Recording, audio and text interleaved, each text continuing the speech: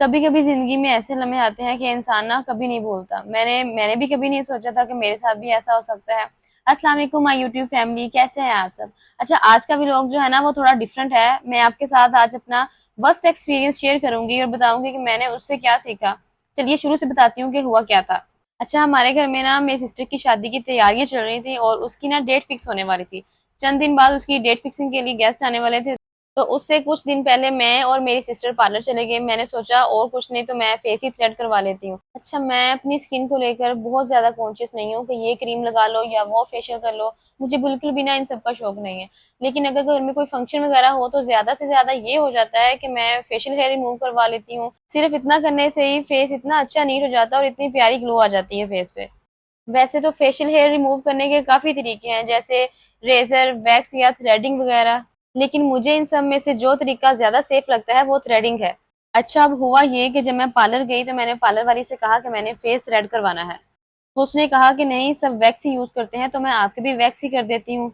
मैंने उससे बताया भी कि मैंने आज से पहले कभी वैक्स नहीं की, पता नहीं ये मेरी स्किन पे सूट करती भी है या नहीं, तो आप थ्रेड ही कर दें। लेकिन उसने कहा कि ऐसी कोई बात नहीं है, ये वैक्स हर स्किन टाइप के लिए है।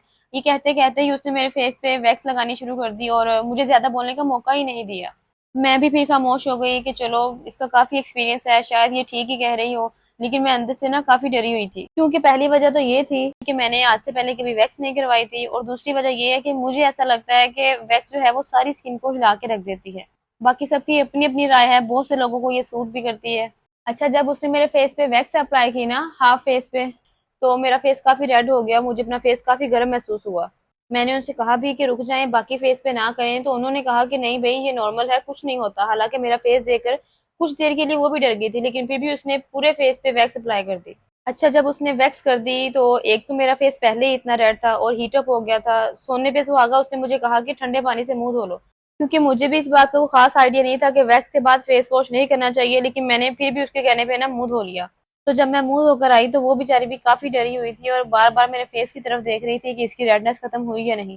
फिर उसने मुझे कोई लोशन वगैरह दिया और कहा कि फेस पे लगा लो और घर जाके चूल्हे के आगे नहीं जाना। उसके बाद मेरी सिस्टर का काम करवाया और हम घर आके सुबह जब मैं सोकर उठी ना तो मेरे फेस पे इतनी रेडनेस थी और इतने दाने थे कि मुझे ना फेस देख के रोना ही आ गया। हालांकि जिस पार्लर पे मैं गई थी वो काफी मशहूर और महंगा पार्लर था और एक अच्छी सोसाइटी में बना हुआ था। तो मैंने भी सोचा कि इतना अच्छा पार्लर है और इतना महंगा है, मामला भी स्किन का है, तो किसी आम पार्लर से करवाने के बजाय ना किसी अच्छे पार्लर से काम करवाना चाहिए।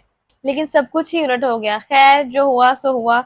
मैं उस पार्लर वाली को तो ब्लेम नहीं करूंगी, लेकिन उसे मेरी बात को अहमियत देनी चाहिए थी। उससे आगे जो हुआ वो काफी इंटरेस्टिंग है। उससे अगले दिन शाम में इवेंट था, तो पहले तो मुझे समझ ही नहीं आई कि अब मैं क्या करूं, कैसे तैयार हूँ। सारे फेस पे तो दाने बने हुए हैं।